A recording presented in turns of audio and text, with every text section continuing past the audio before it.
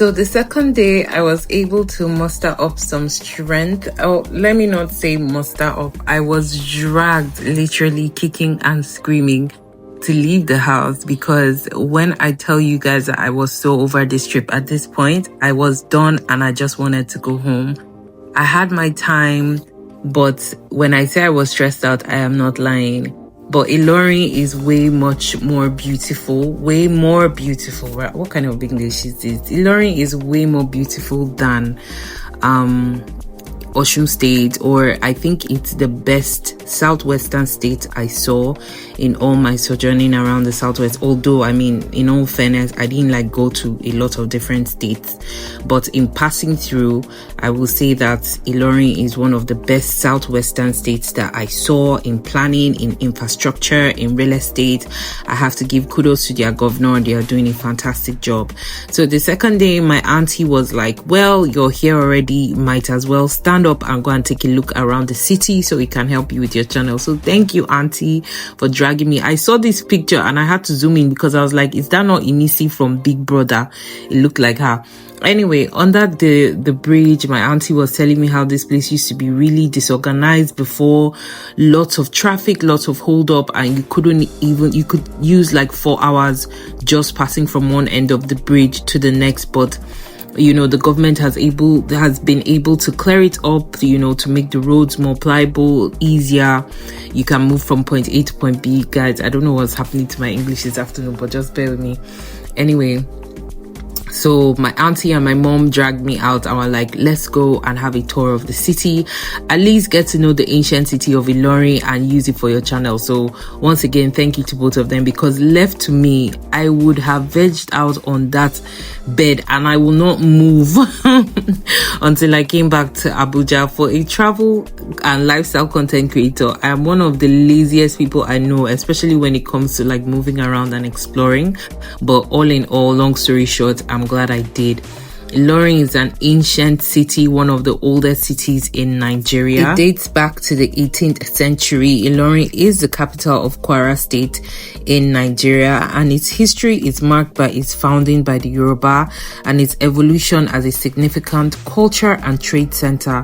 Ilorin was founded in the late 18th century by the Yoruba people, who established it as a provincial military headquarters within the Oyo Empire. So Ilorin has been, you know, a settlement for the Hausa and the Yoruba people for hundreds of years now. The name Ilorin is believed to derive from Okuta Ilorin, meaning a stone used for honing metal. Anyway, that's just a little bit of history for you guys. When we arrived, we decided to take a look at the mosque. The mosque in Ilorin is one of the main landmarks in this town.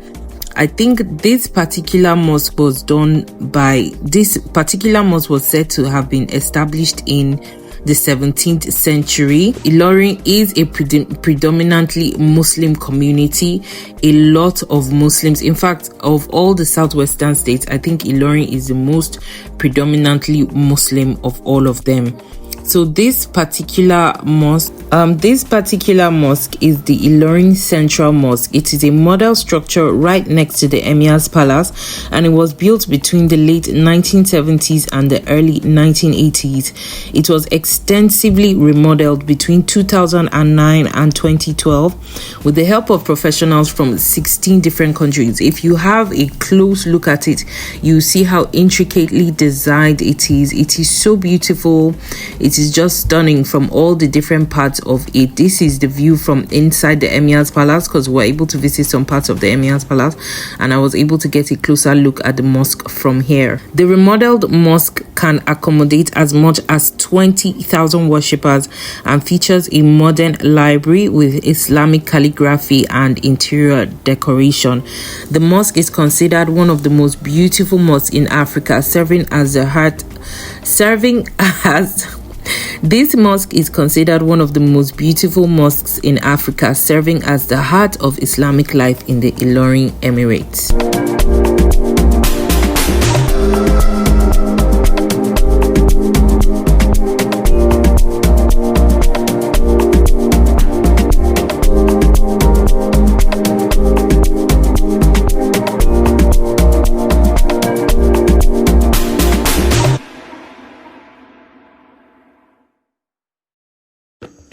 The history of Ilorin's Emir's Palace is tied to the city's hybrid Yoruba Fulani history. This palace was established by Sheikh Alimi in the late 18th century. The palace is a symbol of Ilorin's leadership and cultural heritage, and it has been rebuilt over time, and it features an older mosque within the grounds that predates the main palace's structure, which is this structure that we're in right now. Historically, the palace has been the seat of power for the emirs and a center for ceremonial events like the Ilorin Durbar festival. This is the smaller palace that we took a tour of first, and as you can see, there are so many horses. These were the wards of the palace, bringing out the horses for feeding, watering and airing, I think. So this particular palace, which is the smaller palace, has a lot of stables within it, a lot of horses. These are the grounds where the majority of the Durban festivals happen. So this is my mom and my auntie. They were making some inquiries about the palace, and the guy was telling us that the interior has the best furniture in the world, flown in from all over the different parts of the world, from China, Japan, Turkey and everywhere. But unfortunately, we couldn't get it all within rather.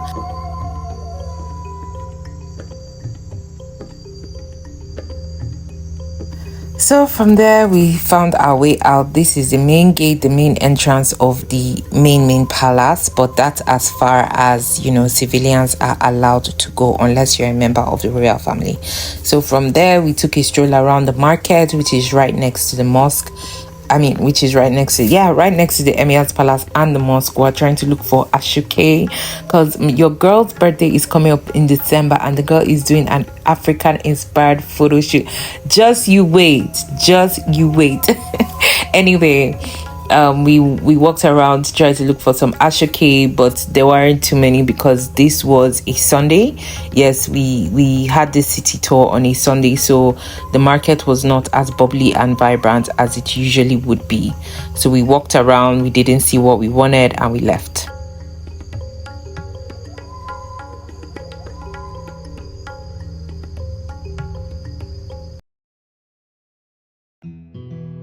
So we took a long drive on the way back home, just observing the city generally. Ilorin still pretty much maintains its old architecture, although you can see that a lot of businesses are popping up around the area. Ilorin has always been historically a very cultural and business and historical hub, so it still maintains pretty much that old style stone based architecture. You can see that replicated in the mosques.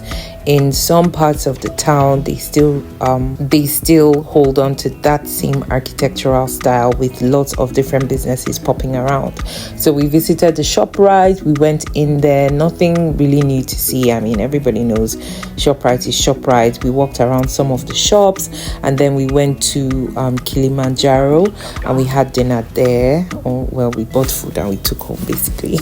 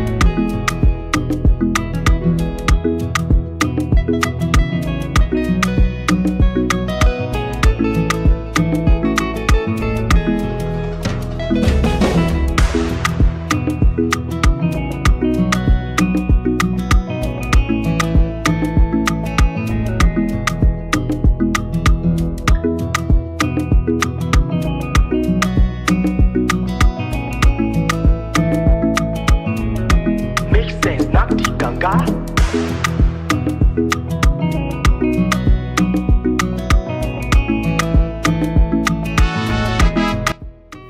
our way heading home, we passed the Ilorin Secretariat, which is those buildings at the back right there. And I was like, wow, Abuja, we need to take a note from this, because tell me why Abuja Secretariat looks the way it does and Ilorin Secretariat looks this great.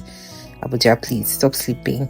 And then we also passed by the Kwara State Government House. Very beautiful, as you can see from the gate. Of course, we weren't allowed in. Anyway, we weren't even trying to get in, to be very honest. But it looked so nice, really nice gate. And I'm sure if I had come with the intention of exploring the place, I probably would have been allowed to explore. So we finally made it home. I was so happy to just eat and rest and just end the day. So day 3 found me heading out super early in the morning. I had to wake up really early because the car was meant to leave by 6 a.m. I went back with Royal Riders, even though not, entirely 100% comfortable, but this ride was the best ride I had throughout my entire, moving around the southwest, this Royal Rider. So if you're going to Ilorin and you're going by road, or you're going to the southwest and you're going by road, make sure you look out for Royal Riders. The car doesn't have AC sha, but I think it was meant to have. Anyway, no, side note, we passed the government house in the morning and look at how beautiful it looks. Look at the lights. It's just so gorgeous. And there are street lights in Ilorin. Abuja, take note as well. Anyway, as I was saying, we went using Royal Riders. The car doesn't have AC, but it's really organized. When you get there, they already have a list of people, bus by bus, because, well, they are Sienna cars, not buses. So it sits very easily. There are like 2 people at the back, 3 people in the middle, 1 person in front, as it should be. Not packing people 4x4, 5x5 like they are freaking animals, This has very easy seating. You actually sit on the seat that is meant for your A. Not that they just pack you like a seat of 3 people, you pack like 5 people, you pack 4 people. Like Nigerians, why do we treat ourselves so shitty? Like, yes, I know everybody wants to make money and whatnot, but a car that is supposed to contain an 18-seater bus, tell me why an 18-seater bus will be having like 6 more to 8 more passengers. Like, it's ridiculous, even the way we treat ourselves sometimes, like cargo, it's not ideal. But anyway, let me not go off on a tangent. This was a relatively smooth ride for the most part. The only thing that I wished was that the car had AC, but I think they said their other cars have AC, so maybe it was just like an oversight on our own part that we didn't make sure we were getting into a car that had AC. What again did I want to say? The ride was relatively smooth. We left Ilorin, I think 7 a.m, right at the dot of 7 a.m. Then we got to Abuja eventually by like 5 o'clock. Unfortunately, there was a bit of a delay on the road because we got to this part of the road where there were so many trucks stacked up for some reason. I don't know why, but this is the second time in my life that I'm traveling to Ilorin by road. And I remember the first time I traveled to Ilorin was for a colleague's wedding in 2017, I think, or 2018. And we encountered that same truck thing. So to think that 2018 till now it's still happening, it's ridiculous. There is a huge issue with, Nigerian infrastructure, especially when it comes to roads, especially in the south, west, southeast. Anywhere that is not Abuja and Lagos. Even Lagos has terrible roads, let's be honest. I think the places that have the best roads in Nigeria is like Abuja, Enugu, and then a lot of the north too has really good roads. But the southern part of Nigeria has terrible roads. As you can see, as we're driving down, it's just trucks on trucks on trucks. And then it got to a point where the trucks stopped completely. Like there was no way to pass.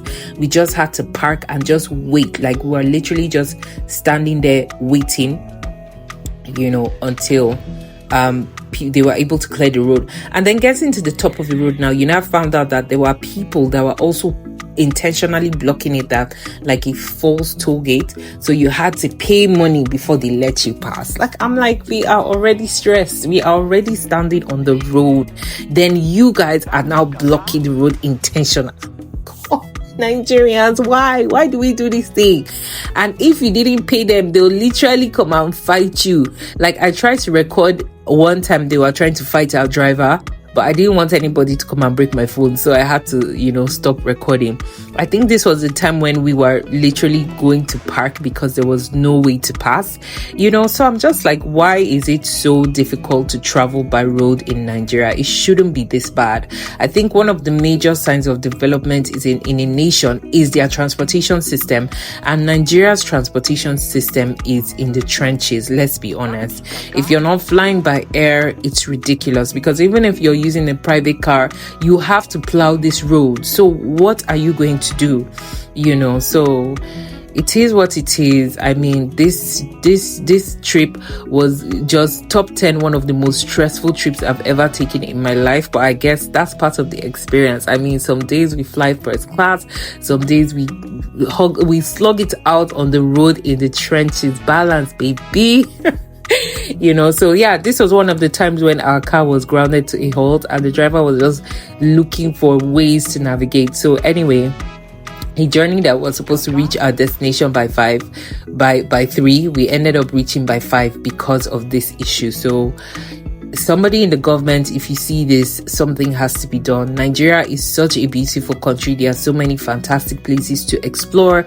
There's so much that we can do in tourism and in seeing our country, but how do we even know our country? How do we know our history when we cannot even travel around, to certain places without fear of, bad roads, bad traffic, terrible infrastructure, very uncomfortable means of transportation. Look at how at this point I was standing outside the car.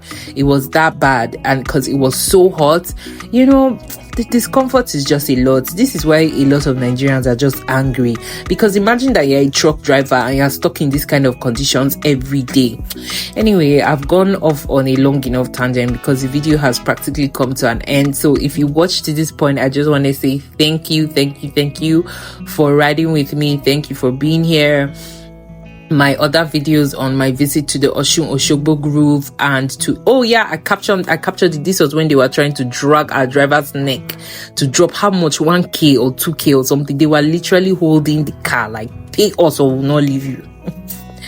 Nigeria is just a very interesting country.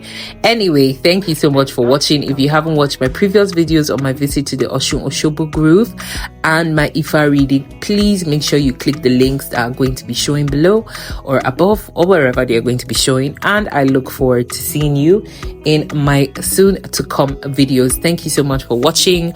I love you guys so much, and I'll see you next time. Bye.